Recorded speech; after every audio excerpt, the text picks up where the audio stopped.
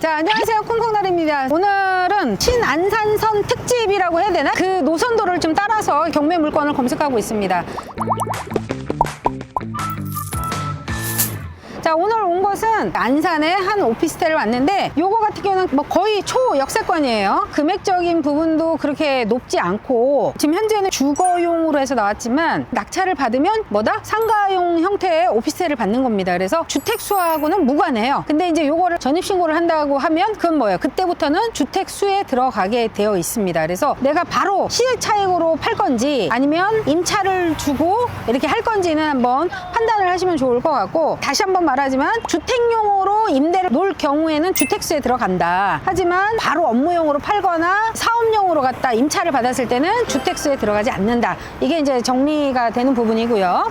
권리 분석을 한번 보도록 하겠습니다. 권리 분석은 그냥 깔끔해요. 가압류 한국주택금융공사 얘가 이제 말소 기준점이 되겠죠. 그래서 그 밑으로는 다 말소인데, 이 사건 같은 경우는 사실 임차인이 그 대항력이 있는 물건이긴 하지만 임차인이 경매를 넣은 사건입니다. 그래서 8천만 원에 살고 있고 이 8천만 원을 돌려달라라는 소송을 통해서 강제 경매를 넣은 거예요. 그래서 낙찰가가 정해져 있죠. 근데 3천만 원대까지 지금 최저 가격으로 떨어졌는데도 불구하고 안 사간다는 거예요. 아무도 낙찰을 받지 않고 있어요. 그러한 이유는 시세가 한 8천만 원 뭐 미만인 것 같아, 가격이. 그래서 한번 우리가 8천만 원 이상의 가치가 있는지 둘러보고자 여기에 한번 와본 거예요. 근데 제가 봤을 때 역세권이라든지 인프라, 뭐 병원 뭐 이런 것들이 있기 때문에 굉장히 임차는 잘 나갈 거라고 제가 이제 예측을 하고 있습니다. 자, 한번 같이 올라가 보시죠.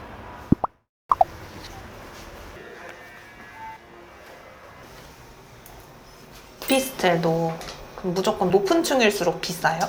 그렇지. 여기 오피스텔 같은 경우는 주요 층이 누구겠어요? 젊은 직장인이나 뭐 학생들 뭐 이런 사람들일 거 아니에요. 그 젊은 층들은 높은 거 엄청 좋아하더만. 우리는 고소공포증이 있어서 잘 안 좋아하는데 높으면 높을수록 좋네요. 하여튼 여기는 지금 14층이니까 괜찮은 것 같아요. 그죠?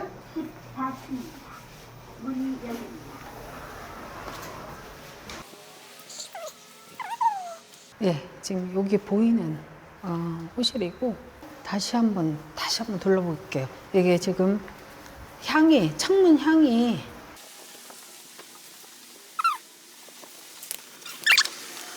뷰가 이쪽 뷰를 한번 찍어줘 보세요. 뷰가 이쪽 뷰야. 저쪽 공원 쪽 뷰는 아니고 시티뷰 쪽에 이렇게 복도식으로 되어 있는데, 이쪽은 이제 그 북향 쪽인데 막힘은 없는 것 같아요. 중간에 껴 있어가지고 뭐 그 되게 시끄럽거나 뭐 춥거나 이러지는 않을 것 같아요. 그리고 뭐 전체적인 관리가 좀 깔끔하게 잘 되어 있는 것 같습니다. 오히려 이쪽이 남향인데 해가 잘 들어오긴 하는데 이게 바로 도로하고 접해져 있어서 아마 좀 시끄러울 것 같아요. 오히려 이쪽이 시티뷰가 보이고 하니까 답답하지 않아서 조용한 느낌은 차라리 이쪽이 더 낫지 않을까, 제 개인적인 생각입니다.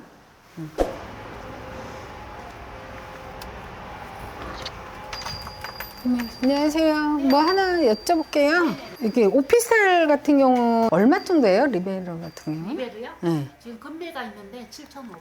아, 몇 층이요? 11층 있어요. 11층? 남양? 그런 거는 그러면은 사서 월세 놓으려고 하면 얼마 정도예요? 월세 지금 500에 45이 들어가 있어요. 아, 545? 아, 그거 그 승계받는 조건이에요? 네, 그렇죠. 네. 그러면 여기는 한 대출이 얼마쯤 나와요, 혹시? 그거는 개인 신용에 따라 틀리네. 저희가 아, 대략적으로는 몰라요? 7,500? 네.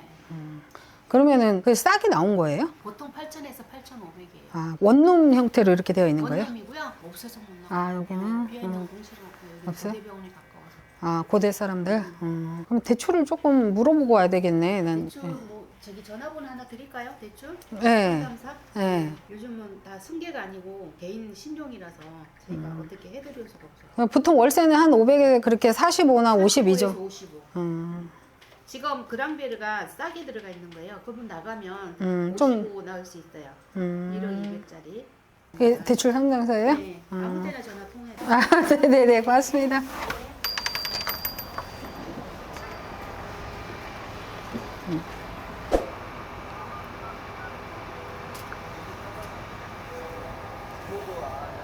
여보세요? 아, 네, 저 대출 상담사님이시죠? 아, 네. 명함 받고 전화드렸는데요. 안산에 고잔동에 리베르 오피스텔이라고 있는데 요게 만약에 매매가가 한 뭐 8천 정도면은 대출이 어느 정도 나올까요? 대출을 좀 알아봐야 될 것 같아서. 아, 한 4,200 정도 대출이 나오는 거예요. 특별히 뭐 신용도에 문제가 없으면. 네. 네. 알겠습니다. 그 이율이 한 대략 얼마 정도 될까요? 아, 6% 정도? 좀 세긴 하구나. 네네. 알겠습니다. 고맙습니다. 연락 드릴게요. 네. 지금 어디 전화 보신 거예요?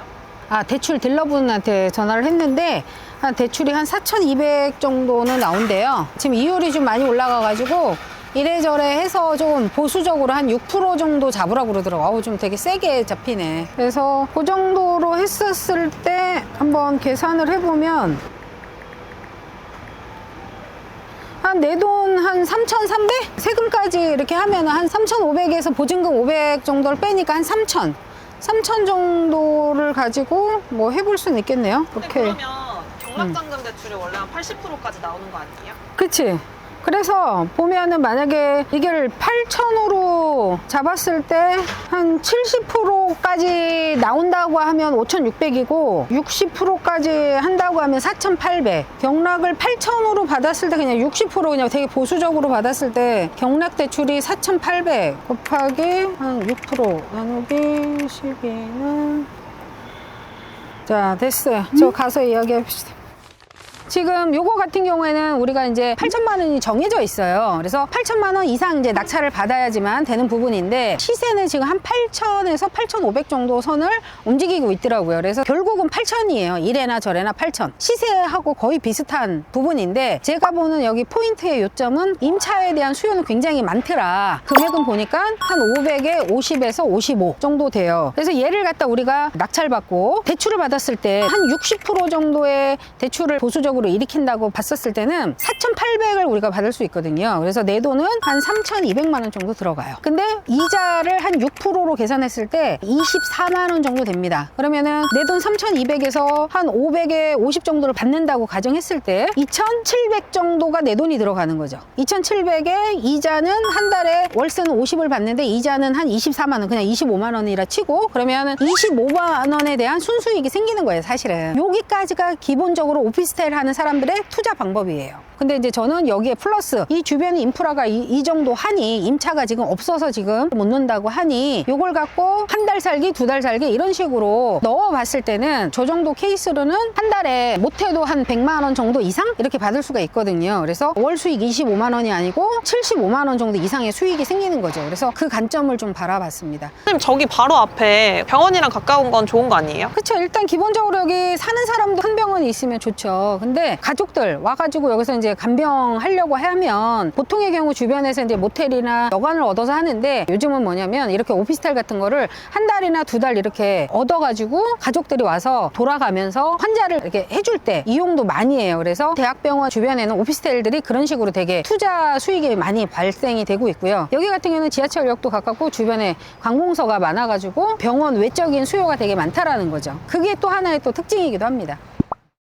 자, 한번 정리해 보도록 하겠습니다. 202 타경 4581. 자, 요것도 대학역 있는 선순위 임차인 약간 초보자들이 꺼려할 수 있는 물건인데요. 사실은 8천 이상만 낙찰이 되면 인수할 것은 하나도 없습니다. 그래서 지금 한 3천만 원 정도까지 최저가로 떨어져 있는데요. 요 금액으로 보시면 안 되고 뭐다? 8천 이상은 무조건 낙찰을 받아야지 낙찰자가 인수할 것이 없다 이렇게 해석을 하시면 되고요. 그 다음 엑시트 방법으로는 단순하게 500에 뭐 40, 50 이렇게 월세를 내는 것보다는 이 주변의 인프라들 그런 병원이라든지 관공서, 안산중앙역이 서울에 진입할 수 있는 노선이 바로 앞에 있기 때문에 저 같으면 단기 임대 한 달 살기, 두 달 살기 이렇게 한다고 하면 단순히 50만 원 정도가 아니라 100만 원 정도의 수익은 움직이지 않을까에 대한 생각은 있습니다. 그래서 여러 가지 각도로 한번 해석을 하셔서 여러분들이 임장을 하시고 입찰 결정을 하셨으면 좋겠습니다. 오늘 여기서 마무리 짓고요. 자, 뭐가 남았다?